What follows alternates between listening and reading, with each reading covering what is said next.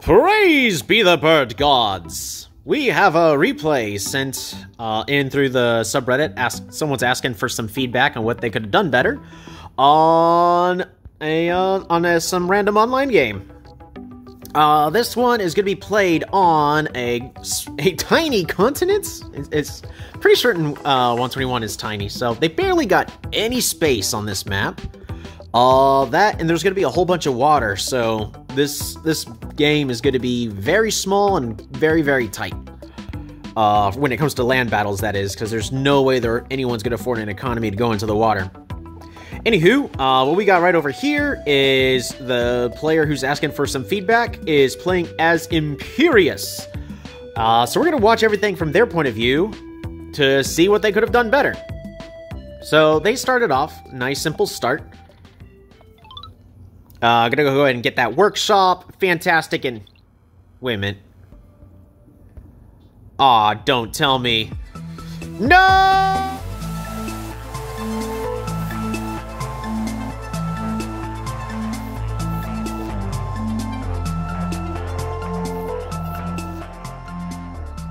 Alright, so I can sort of see why they're gonna want some feedback. Turns out it's Simanti! So they're gonna go ahead and do a good job minimizing how many warriors they're sending out, and bop, immediately a boosted warrior says hello straight over to Imperious's city. Also, I've watched this replay once. This is just a little bit of a... Oh, I guess it's not. Wow, they already have all that technology? Okay.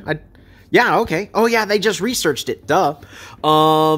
So they already have this technology. They're going to be able to kill that warrior off just fine and claim this village down here. Now, the way that Tiny Maps works is there tends to be about, like, either 6 or 7 villages or cities total, and that's including each player's capital. So the fact that we already see 3 here, we're either off to a very, very strong start, or we're in for a rough ride. But since this is continents, we've got at least half of the villages, so we're off to a good, solid start. We at least have a solid idea of where our opponent's going to be. Now, we're immediately going to go into the question of, could they have done something better?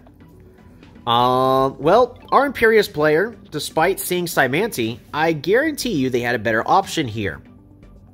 As right over here, they have 5 stars, and then if they decide, you know what, we've already picked up 2 technologies, I'm going to go ahead and level up my city. They should see, okay, sure, the enemy has 770, so they'd only get 3 points for seeing what's going on with the enemy, but you don't want to be fighting in the dark. So first things first, you move the warrior just as they did there, and then you give an explore. Workshop means you're now fighting in the dark. Now a workshop on this back city, no problem, but this city right here, you already see an enemy warrior, or at least you see the Simanti grounds. You need to give it an explore off to see what the heck your enemy's going to be up to. Even if it goes all the way back this way, there's a good chance it's going to go back forward, and sure, you're only going to get like 5 movements worth of vision from that. It's still better than none. Plus, you'd get to have the +3 stars on the previous turn, which would then put you up to 4 stars. Which, sure, that doesn't mean you're going to be able to accomplish anything spectacular. Especially if you want to try to rush giants, but you could have potentially... Well, I guess that really doesn't make a difference here, except for getting vision over your opponent. If your opponent had slightly more score, you would have been better off.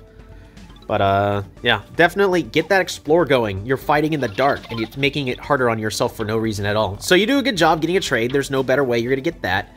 And immediately you see hexapods. What that should be informing you is you need to start getting riders. Fantastic job. Immediately riders start coming out. Now the next hardest bit, we need to see what's going on. Or they decide that, alright, well I need vision, need to go climbing. You could have saved yourself... You could have saved yourself... in this case, 7 stars worth of technology. Those 7 stars could have gone for something else, such as mathematics, to give yourself catapults, and a very beautiful sawmill location. Like, look at that. Or you could have leveled up your Musmas. You could have also, as well as Dolip. your capital, and then your back city right over here, giving you a very solid economy instead of picking up climbing. Because sure, you got this vision, but if you explored, you would have had this vision in the first place. Sure, you're also allowed to pick up these ruins, but I don't know if that's going to be worth it. You should start bringing the units forward. Sometimes it's worth it, but you already know you're playing against Cymanti, and at this point, every little bit counts. Improve your economy, start rushing out riders. You're going to have 3 cities worth, and if you're going to pump out riders every single turn, you need at least 10 stars worth of production, because 9 stars, you're going to starve yourself to death. So, goes with the climbing, starts moving the rider forward, and leaves 3 stars. Why are we leaving 3 stars? You should be training units. You see you have a hexapod here. You know what this allows? Immediately, they start sieging your city. That would have been a lot better if you had a warrior trained there. Just a lot of these little things are going to be adding up for you really fast. If I can't guarantee this, but if your opponent was going to move their shaman there anyways, and they're like, "Hey, I killed the warrior. Let's move the hexapod back." If you trained a rider here at Muzmuz, you could have killed the shaman right here. There's a lot of these little things that are starting to add up, and it's going to start spiraling into a little death spiral for you. You need to improve your economy in an early game while you have the stars to do so, and now it's going to be really rough for you. Also, we know that Muzmuz is going to be our main defense. So one thing you could do is force your opponent to be going other forms of technology that they would hopefully not go in the first place, such as their archery to be picking up, I don't remember what their little flying dragon hawks are, their mathematics in order to get their catapults, but basically you're going to make them forced to get some sort of poison technology. Or you could say, you know what, we're not going to worry about that and get stars, but you at least have that option for this city here in the front. But it's going to be a lot harder now that we're being starved out of our stars. So, good job using the rider, and why'd you move the rider forward? I don't know why you moved your rider forward. Moving your rider forward in this case is just going to get it killed by this warrior right here and another potential hexapod in the back. We don't know because we can't see it. Connecting to server. Please stand by. Alright, so to resume off, Muzmuz is being sieged. If this city goes down, yeah, there's no way they're going to be able to hold this onslaught. Especially if we look at the score, there's a solid chance Cymanti has 3 cities. So excellent job using the rider to clear it off. However, I don't understand why we're moving the rider forward. We already have the view from these mountains, and the rider has terrible defense. 1 times 1.5 is still really bad. All the opponent's going to need is a single hexapod, zoom forward, bop-a-da-bop-a-bop, the warrior goes over, secures the kill, stands on the mountain if they have climbing, and then their hexapod can once again siege the city. Or better yet, a boosted hexapod by the shaman is going to be able to solo that rider anyways. It doesn't quite matter. So at this point, you need to start increasing your economy in every way, shape, and form, even though you could have done that a couple turns ago. So the ruins end up giving population. That's not the worst. And instead... Alright, you gotta work on... I'm assuming this was a live game, but you gotta work on... Can you level up a city to level 3 and get those stars? Because if you did this in the wrong order, you could have locked yourself out of a lot more stars. Luckily, in this case, it doesn't really matter. But be careful about that, because in the future it could.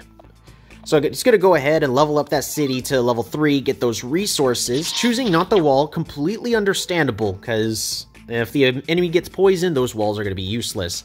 So I'm not going to fault him on that. In fact, I'd probably end up doing the exact same thing. 2 hexapods come forward, one-shotting all of those units. Bop-a-da-bop-a-da-bop, start defending that, bring the knight back. And we're still not producing enough riders. At this point, you need to be pumping out riders to kill off every single one of those hexapods and more, because if your opponent's producing a unit in all their cities, you're about to be overrun. So, behind the technology, don't have vision, you're fighting in the dark, you have no idea what your opponent is doing, and you're not making enough units. So, we've already got a couple of things that you could most certainly be improving on. What's going to be happening next? So they're going to be healing up their units, going to be unsieging your capital, picking up the roads technology. Alrighty, well done there, even though, I mean, roads, don't get me wrong, roads are very, very powerful. But in this case, I don't know. I really don't know. I think you could get the same kind of effect by just producing riders everywhere. Zipping on forward, and fantastic job, snipes the shaman. The enemy had put it in the wrong place, and now we can see you're in danger. So there are two things we get to see from this. One, the borders have expanded out all the way over here, which means right between all of these units, there's at least their city. We can deduce potentially their capital, as it's a lot easier for Cymancy, especially by turn 10, to level up their capital and expand those borders. Second, their third city is down over here because of where all these cities are now located. So we now know, okay, yes, our opponent is certainly on 3, maybe 4. Nah, they're not going to be on 4. They're not on 4 cities based on score and based off of our... well, based on score they could be, but based on vision, absolutely not. But their score is dangerously high, so there's definitely getting close to a centipede. What are we going to do about that? Well, we don't have mathematics for catapults in the far back to shoot down those centipedes that are going to rush on forward. And we have nowhere near enough riders to be dealing with this threat, because at this point they're definitely going to be killing these front 2 units, and these 2 warriors on your front are going to be falling shortly. If you could deal with this little wave of units, you should be fine, but you need to be pumping out more and more and more units. All right, connects the roads. 1, 2. Alrighty. So another thing. It's sort of like with technology. So we're going to go to the start of the turn. This rider absolutely needed... Actually, it didn't even need 2 roads. This rider only needed 1 road in order to move on forward. So you're building a few too many roads when doing that. Again, I'm going to assume this is a live game, so I can't fault you for that. Everyone makes that sort of mistakes unless they're very well practiced. So rider goes bop, bop, bop, bop, bop, bop, bop, bop, bop. But then, you proceed to build 2 more roads to connect all of your cities.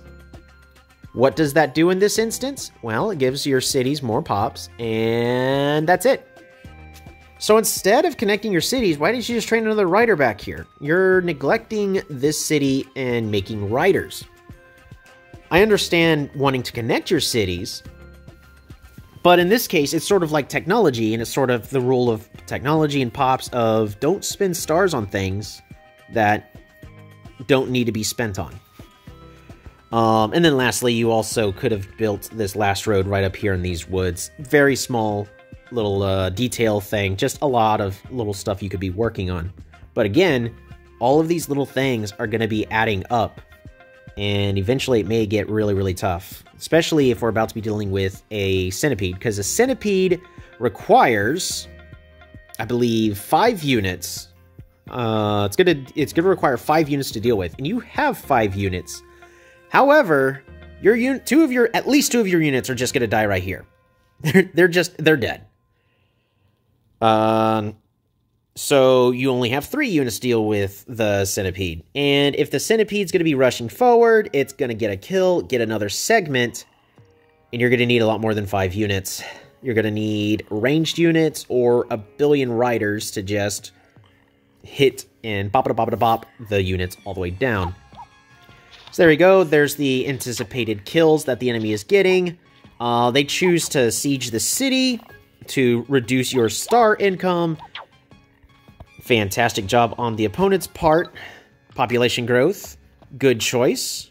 You finally decide to level that up, get those stars, and again, you're only able to make 2 units. You need to be pumping out more units at this point.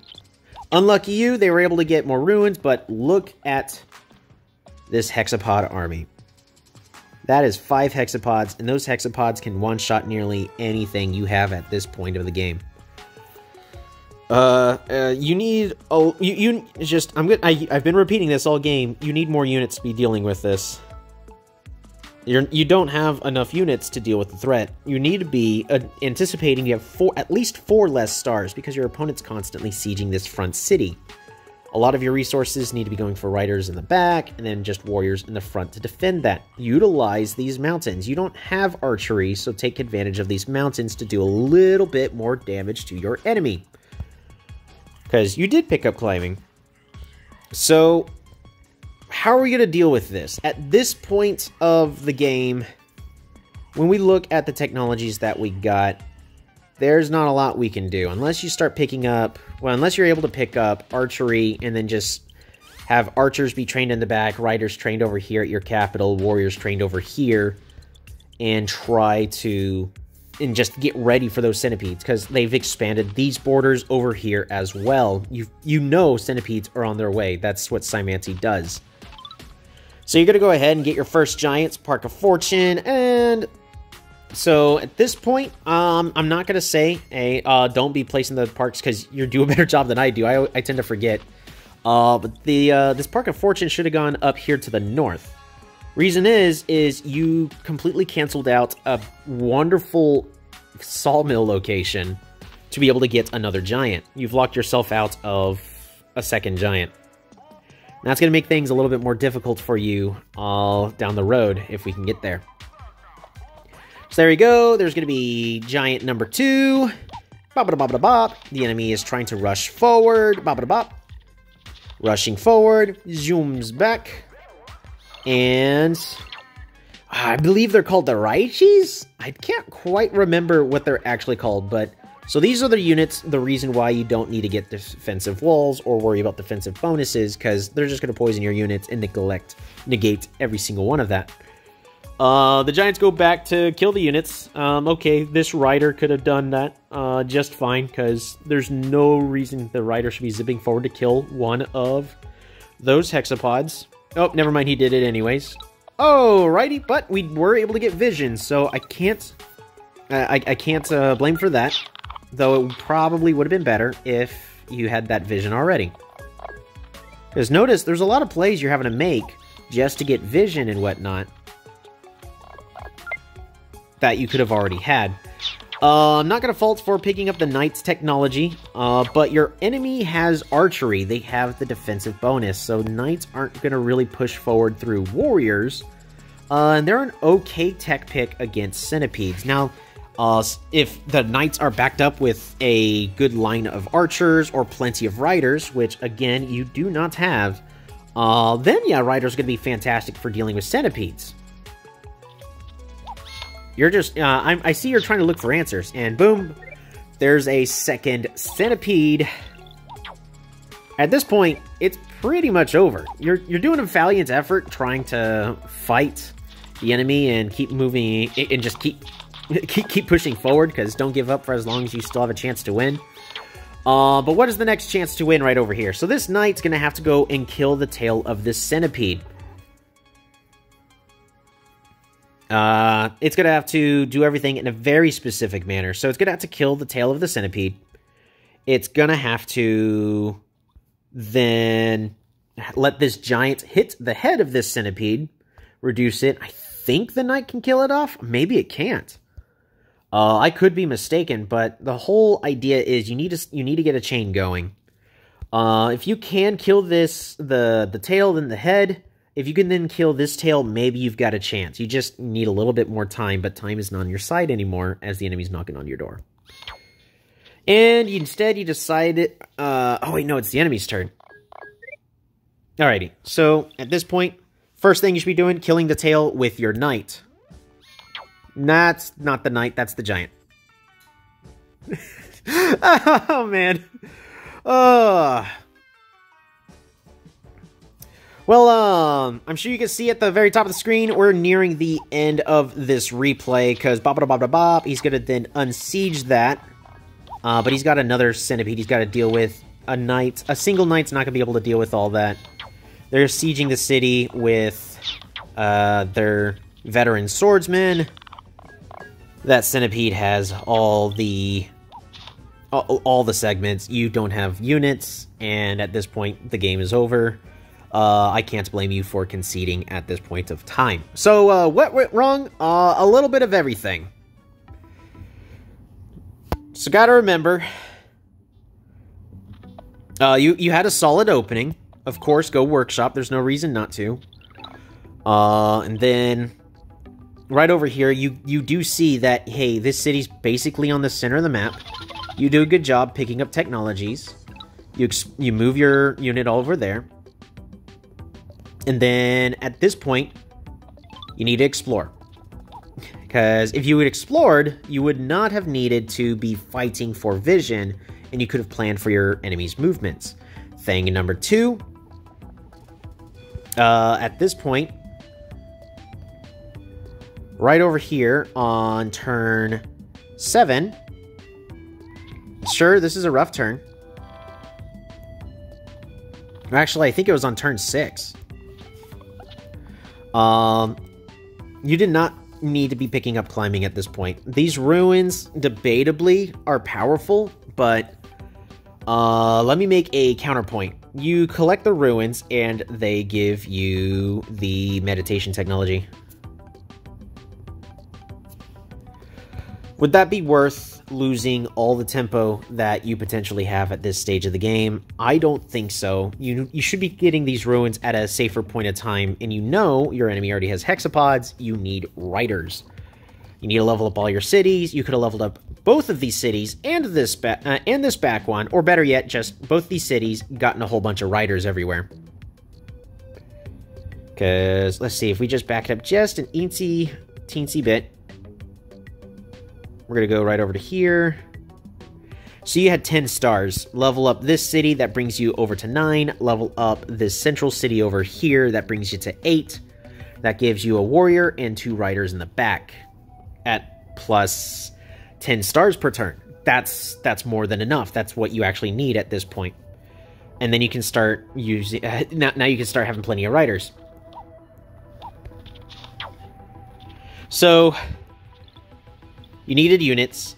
You needed to level up your cities a little bit earlier. You needed to explore. A lot of things definitely could have gone better, but you did a fantastic job getting the giants out. I'm gonna assume that this was a live game, because there are a lot of these mistakes that are made are typically made in live games. Yeah, this the metropolis should have been placed in a different location because you cut off a very powerful sawmill. And you could have had another giant. But yeah, so after all these, that ends up spelling for your defeat.